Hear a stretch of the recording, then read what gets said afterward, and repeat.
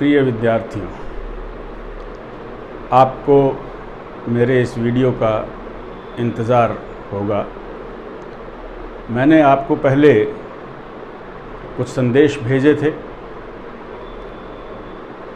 जैसा कि मैंने आपको सूचित किया कि मैं आपको 5वां paper development economics and Indian planning, विकास का अर्थशास्त्र और भारतीय आयोजन विषय का अध्यापन करवाऊंगा।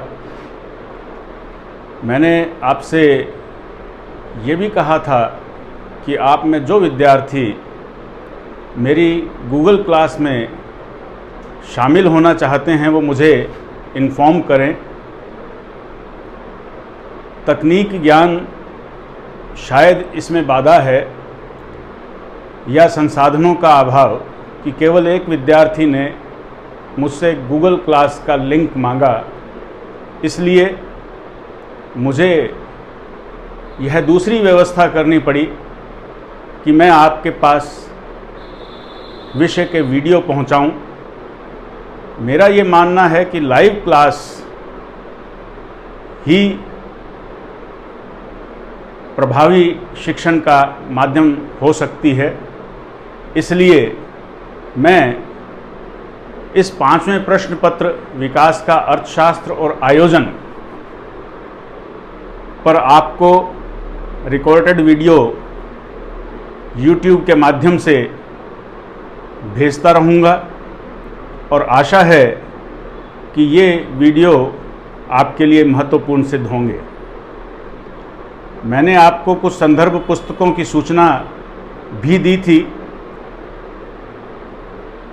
मेरा आपसे ये अनुरोध भी रहेगा कि आप उनमें से कोई भी एक पुस्तक जो आप चाहें, सभी ऑनलाइन उपलब्ध हैं, मंगवा सकते हैं ताकि विषय वस्तु के संपर्क में आप बने रहें।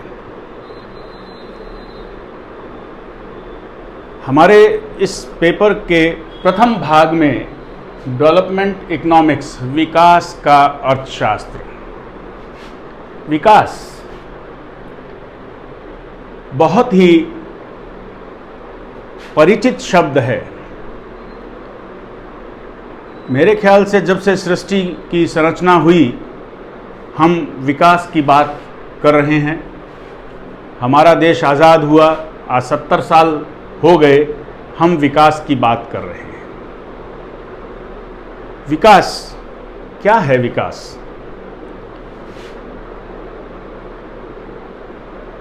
प्रारंभिक अवस्था में जिसको प्राकृत समाजवाद की स्थिति कहते हैं, वो एक ऐसी अवस्था थी जब सभी संसाधन सभी लोगों के लिए सुलभ थे, उन पर किसी का नियंत्रण नहीं था, सारे के सारे संसाधन प्रकृति द्वारा प्रदत्त थे। इसलिए हम उस अवधि को नेचुरल सोशलिज्म, प्राकृत समाजवाद कहते हैं। उस समय विकास का कंसेप्ट नहीं रहा होगा, क्योंकि वो एक ऐसी अवस्था थी जहां मनुष्य प्रकृति से कुछ सीख रहे थे और सीखते सीखते सामंतवाद से होते हुए पूंजीवाद तक का सफ़र हमारे समाज ने तय किया।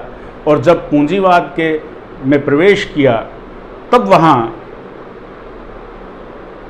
हमारे सामने एक प्रतिस्पर्धा थी। हम दो तरह के वर्गों में बटे थे। एक वर्ग अमीर वर्ग था, एक वर्ग गरीब वर्ग था। और जो गरीब लोग थे वो अमीर लोगों से प्रेरित होकर के अपने विकास का प्रयास कर रहे थे, अमीर बनना चाहते थे। एडम स्मिथ से लेकर कार्ल मार्क्स तक सतत रूप से विकास की बात होती रही। एडम स्मिथ ने अपनी पुस्तक वेल्थ ऑफ नेशन में भी विकास के अनेक सोपानों की बात की है और कार्ल मार्क्स भी अपने थ्योरी में कहीं ना कहीं विकास की ही बात करते हुए दिखाई देते हैं। समाजवाद युग के आने ने इस विकास के प्रश्न को और भी महत्वपूर्ण बना दिया, क्योंकि एक बहुत ही अल्प अवधि के अंदर समाजवादी अर्थव्यवस्था ने अपने आप को पूंजीवादी विकसित अर्थव्यवस्था के बराबर लाकर खड़ा कर दिया। तो ये बात तय हो गई कि विकास बहुत तेज़ी से किया जाना संभव है। उसके लिए एक प्लानिंग की ज़रूरत है, एक आयोजन की ज़रूरत है। इसलिए विकास के लिए एक आयोजन की बात की जाने लगी। गाहे बगाहे हमारी सारी अर्थव्यवस्थाएं दो भागों में बटी हुई हैं, एक विकासशील अर्थव्यवस्था और दूसरी विकसित अर्थव्यवस्थाएं। विकासशील अर्थव्यवस्थाएं लगातार इस बात का प्रयास करती रहती हैं कि उनका विकास का स्तर नीचे नहीं गिरे, उनका विकास का जो लेवल है वो सस्टेन रहे, बना रहे, और बने रहने के साथ वो नवीन शोध भी करती रहती हैं ताकि नई वस्तुओं का भी सृजन होता रहे, जिससे कि रिसोर्सेज का और अधिक इस्तेमाल हो, और अधिक आय प्राप्त हो, और अधिक संपदा प्राप्त हो, और हमारी अर्थव्यवस्था और विकसित हो। और दूसरी तरफ जो निर्धन अर्थव्यवस्थाएं हैं, जो विकासशील अर्थव्यवस्थाएं हैं, जो अल्प विकसित अर्थव्यवस्थाएं हैं, वो अर्थव्यवस्थाएं उन विकसित अर्थव्यवस्थाओं को देखकर अपने आप को प्रेरित करती हैं, जिसे हम कहते हैं वैश्विक प्रदर्शन प्रभाव। और उस वैश्विक प्रदर्शन प्रभाव के कारण वो अर्थव्यवस्थाएं अपने आप को इस बात के लिए तैयार करती हैं कि हम भी अपने रिसोर्सेज का इस्तेमाल करके उन विकसित अर्थव्यवस्थाओं के बराबर हो जाएं। 1960 से 70 तक के दशक के अंदर विकास की परिभाषा इतनी व्यापक नहीं थी जितनी आज है। 1960 से 70 के दशक तक ये माना जाता था कि अगर किसी देश की जीडीपी तेज़ी से बढ़ रही है, इसका मतलब वो अर्थव्यवस्था विकसित हो रही है। परंतु 60 और 70 के दशक के बाद वैल्यूज़ में परिवर्तन हुआ। आज केवल जीडीपी बढ़ना या विशुद्ध राष्ट्रीय आय का बढ़ना विकास का मापक नहीं है। आज विकास का मापक है कि किसी भी देश की जनता, किसी भी देश के नागरिक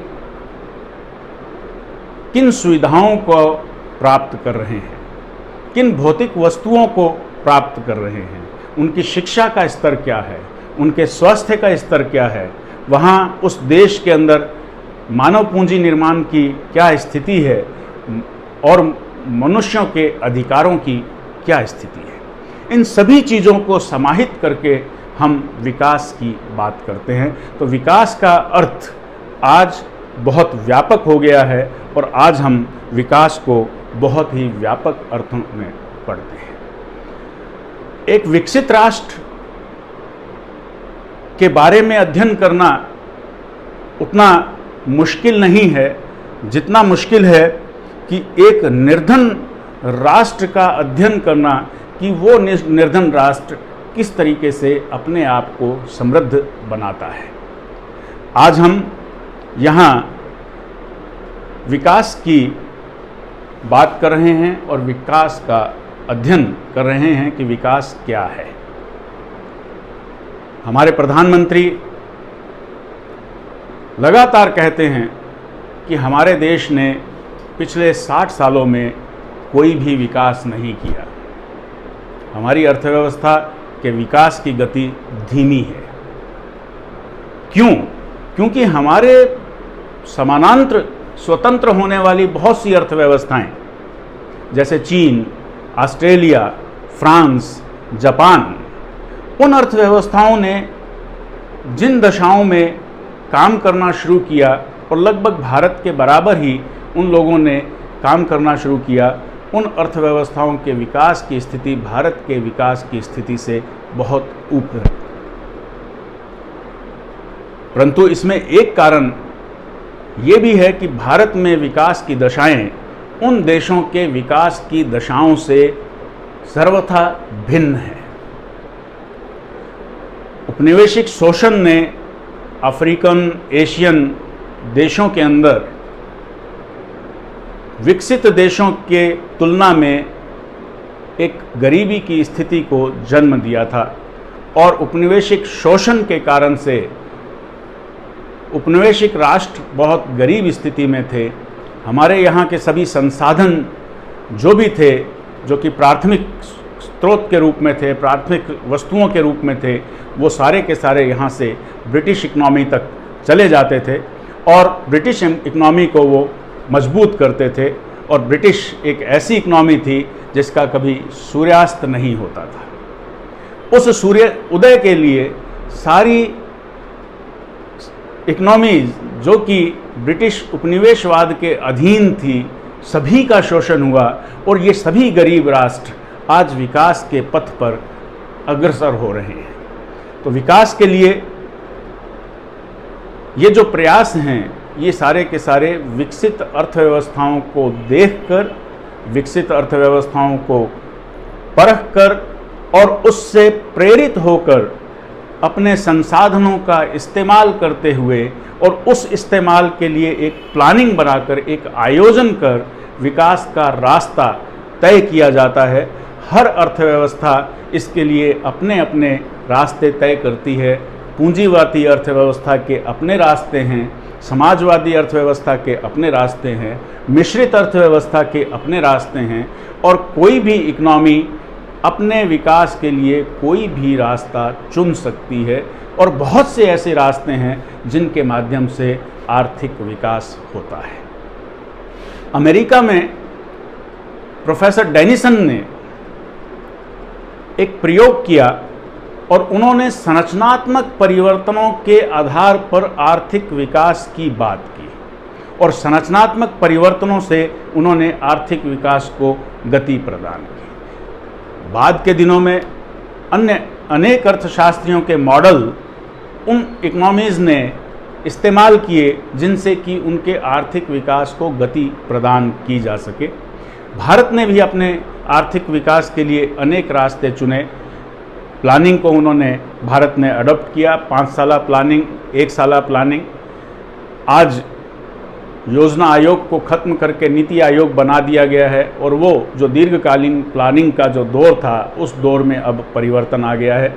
भारतीय प्लानिंग की बात जो है हम बाद में करेंगे, अभी हम आर्थिक विकास पर अपने आप को फोकस। 1930 की महान मंदी के बाद एक महान अर्थशास्त्री प्रोफेसर कीन्स ने मैक्रो इकोनॉमिक कंसेप्ट्स का प्रतिपादन किया और उन्होंने बहुत ही खुले शब्दों में बेरोजगारी और विकास को कोरिलेट किया, एक दूसरे के साथ जोड़ा। अब तक अधिकांश निर्धन देश गरीबी को अपना प्रारब्ध मानते थे। वो मानते थे कि हम गरीब हैं क्योंकि हम गरीब हैं। परंतु 1930 की महान मंदी के बाद इस कंसेप्ट में परिवर्तन आया और लंबे समय तक जो निर्धन देश थे उन्होंने अपने इस दुर्भाग्य से निकलने के लिए एक रास्ता अपनाया और ये जो रास्ता था ये विकास का रास्ता था। अनेक अर्थशास्त्रियों ने विकास को अलग अलग तरीके से परिभाषित किया है। प्रोफेसर मायर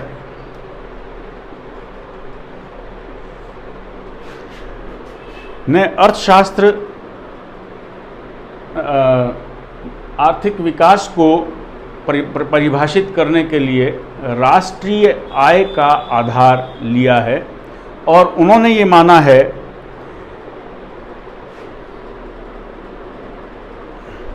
कि आर्थिक विकास वह प्रक्रिया है जिससे दीर्घकाल में किसी राष्ट्र की वास्तविक राष्ट्रीय आय में वृद्धि होती है।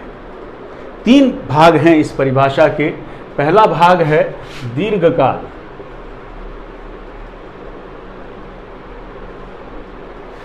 दूसरा भाग है प्रक्रिया और तीसरा भाग है वास्तविक राष्ट्रीय आय।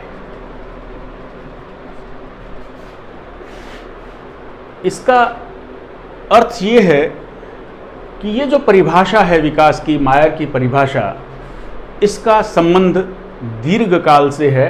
अर्थात मायर विकास को एक दीर्घकालीन अवधारणा मानते हैं।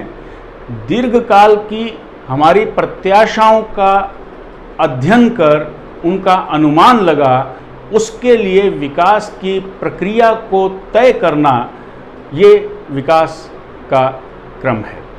प्रक्रिया वो तकनीक है जिस तकनीक का इस्तेमाल हम इस दीर्घकाल में विकास के लिए प्रयोग में लाते हैं और वास्तविक राष्ट्रीय आय में अभिवृद्धि की प्रयास करते हैं। तो ये जो परिभाषा है, मायर की परिभाषा, ये परिभाषा 3 भागों में विभक्त है। पहला दीर्घकाल, कि ये जो कंसेप्ट है विकास का, ये एक दीर्घकालीन कंसेप्ट है, अल्पकालीन कंसेप्ट नहीं है। दीर्घकाल के लिए हम पूरी की पूरी प्लानिंग करते हैं, प्रक्रिया का निर्धारण करते हैं, और जो भी हमारी प्रक्रिया है जिसकी सहायता से हमने विकास करना है, ये प्रक्रिया हमारी मॉडल के रूप में जो वो इकोनॉमी अडॉप्ट करती है। और इसका इम्पैक्ट क्या है, इसका प्रभाव क्या है कि हमारी वास्तविक राष्ट्रीय आय के अंदर अभिवृद्धि होना, वास्तविक राष्ट्रीय आय का बढ़ना। अगर हम सामान्य व्यवहार में बात करें तो प्रत्येक व्यक्ति अपने एनवायरनमेंट को देखकर, अपने आसपास को देखकर, अपने सराउंडिंग को देखकर प्रभावित होता है। उसकी भी इच्छा होती है कि जैसा मकानों में दूसरे लोग रहते हैं वैसे ही मकानों में हम भी रहें, जैसा दूसरे लोग भोजन करते हैं वैसा ही भोजन हम भी करें, जैसे वस्त्र दूसरे लोग पहनते हैं वैसे वस्त्र हम पहने, जिस तरीके की गाड़ियों का, संसाधनों का प्रयोग अमीर लोग करते हैं वैसे ही संसाधनों का प्रयोग हम भी करें।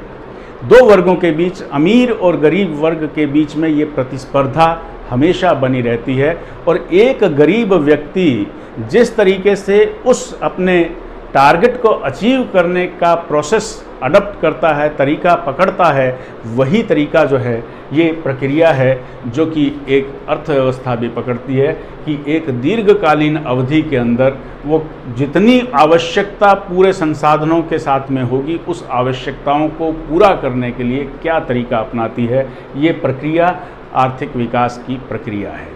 और इसका प्रभाव क्या है कि प्रक्रिया से दीर्घकाल में वास्तविक राष्ट्रीय आय में अभिवृद्धि होती है। तो ये पूरा प्रोसेस कि वह प्रक्रिया, जिस प्रक्रिया से किसी राष्ट्र के वास्तविक राष्ट्रीय आय में दीर्घकाल में वृद्धि होती है, वो प्रक्रिया आर्थिक विकास की प्रक्रिया कहलाती है। ये एक परिभाषा जो मायर के द्वारा दी गई, इसी प्रकार प्रोफेसर विलियम के द्वारा, प्रोफेसर किंडलबर्गर के द्वारा और बहुत से अन्य अर्थशास्त्रियों के द्वारा विकास की अनेक परिभाषाएं दी गई हैं। यूएनओ ने भी विकास के लिए एक निश्चित परिभाषा जो है प्रदत्त की है, और ये परिभाषा कहती है कि आर्थिक विकास जो है ये केवल कमोडिटी के रूप में विकास नहीं है, वस्तुओं के रूप में विकास नहीं है।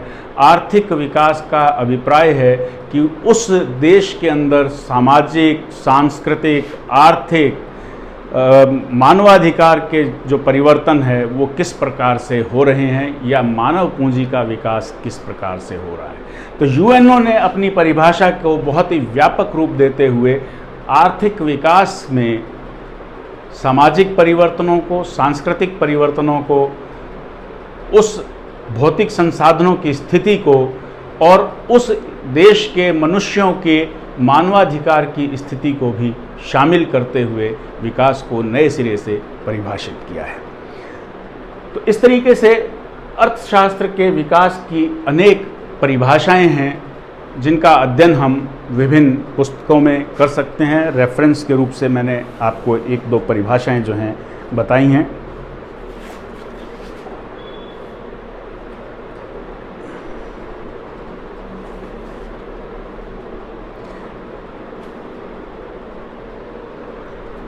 आर्थिक विकास के लिए आयोजन का जो लक्ष्य है वो केवल उत्पादन में वृद्धि करना नहीं है।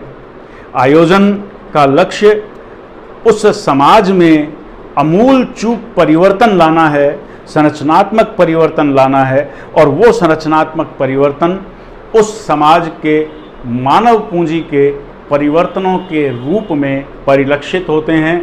और ये जो परिलक्षण है ये हमें दिखाई देता है, और इन्हीं पैरामीटर्स के आधार पर कि वहाँ के मनुष्यों के जीवन स्तर में क्या परिवर्तन आया है, किसी भी इकोनॉमी के आर्थिक विकास की किसी दूसरी अर्थव्यवस्था के साथ आर्थिक विकास से तुलना की जा सकती है। 1960 से पहले हम केवल जीडीपी के आधार पे आर्थिक विकास की तुलना करते थे कि अमेरिका की जीडीपी इतनी है, भारत की जीडीपी इतनी है, भारत की कम है, इसका मतलब भारत अल्प विकसित है। परंतु अब ये पैरामीटर बदले हैं। जीडीपी एक पैरामीटर है, परंतु हम एक दूसरे पैरामीटर को भी साथ में लेकर के चलते हैं। वो मानव सूचकांक है कि मानव के विकास का सूचकांक क्या है। इन दोनों को मिला करके हम आर्थिक विकास को परिभाषित करते हैं।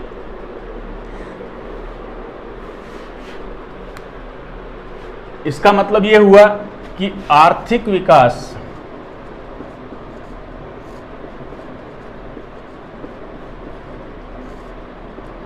ये हुआ समृद्धि प्लस मानव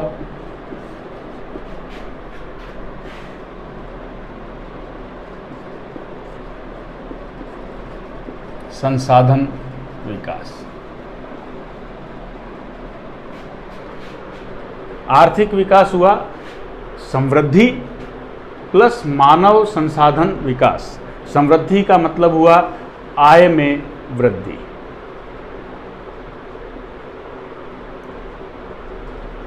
राष्ट्रीय आय में वृद्धि कि किसी राष्ट्र की आय में एक निश्चित समयावधि में कितनी वृद्धि हुई है, प्लस मानव संसाधन का कितना विकास हुआ है। इन दोनों को यदि हम मिला दें तो ये आर्थिक विकास कहलाता है। इसको हम इस तरीके से भी देख सकते हैं जिस तरीके से स्टेप्स, ये जो भाग है जो ऊपर उठता हुआ है ये समृद्धि है, अर्थात ग्रोथ है, और ये जो स्तर है ये डेवलपमेंट है।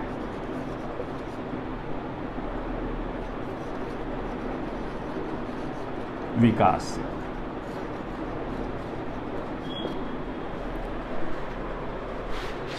जैसे जैसे संसाधनों का विकास होता है, संस्कृति में भी परिवर्तन होता है और सभ्यता के नए स्तर प्राप्त होते हैं। ये जो सभ्यता के नए स्तर हैं ये विकास के स्तर को अभिव्यक्त करते हैं, और एक स्तर से दूसरे स्तर तक पहुंचने के लिए जो एक्सेलरेटर है वो एक्सेलरेटर समृद्धि या ग्रोथ है। इस तरीके से हम ग्रोथ और आर्थिक विकास को एक दूसरे के साथ जोड़ सकते हैं।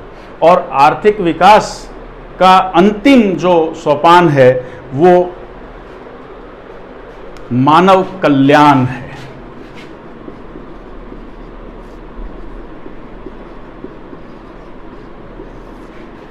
क्या अभिप्राय है इससे हमारा अभिप्राय है कि जैसे जैसे अर्थव्यवस्था का विकास होगा, लोगों के पास में रोजगार होगा, उनके पास आय होगी, अर्थव्यवस्था में वस्तुओं का उत्पादन होगा, वो लोग उन वस्तुओं को क्रय कर सकेंगे, और जब वो वस्तुओं को क्रय करके उपभोग करेंगे तो उनका कल्याण होगा। तो जो विकास है ये विकास का क्रम किसी भी अर्थव्यवस्था में अर्थव्यवस्था के लोगों को अधिकतम संसाधन उपलब्ध करवाने की दिशा के अंदर प्रेरित करता है कि जैसे जैसे अर्थव्यवस्था का डेवलपमेंट होता जाता है, लोगों के पास में संसाधनों की अभिवृद्धि होती है, संसाधन बढ़ने के साथ साथ उन लोगों के पास में अधिक वस्तुएं होती हैं जिनको वो क्रय कर सकते हैं, और उन वस्तुओं को क्रय करके वो अपना कल्याण अर्थात उन वस्तुओं का उपभोग कर अपनी आवश्यकताओं को पूरा कर सकते हैं। तो विकास का अभिप्राय किसी भी इकोनॉमी में अधिकतम मानव कल्याण को स्थापित करना भी है। वह अर्थव्यवस्था जिसमें मानव कल्याण का स्तर उच्च होगा वो अर्थव्यवस्था अधिक विकसित होगी, और जहां मानव कल्याण का स्तर निम्न होगा वो अर्थव्यवस्था कम विकसित अर्थव्यवस्था। इस प्रकार प्रोफेसर किंडलबर्गर ने निर्धनता पर चयनात्मक प्रहार को विकास के रूप में रखा है। उन्होंने कहा है कि विकास वह है जो कुपोषण, रोग, निरक्षरता, बेरोजगारी, असमानता में क्रमिक घटाव उत्पन्न करता है और अर्थव्यवस्था में समानता स्थापित करने का प्रयास करता है। वो प्रोसेस जो है विकास का प्रोसेस है। तो विद्यार्थियों, आज हमने आर्थिक विकास के बारे में पढ़ा। कल मैं आर्थिक विकास के विभिन्न पैमानों की बात करूंगा कि आर्थिक विकास के विभिन्न पैमाने क्या हैं।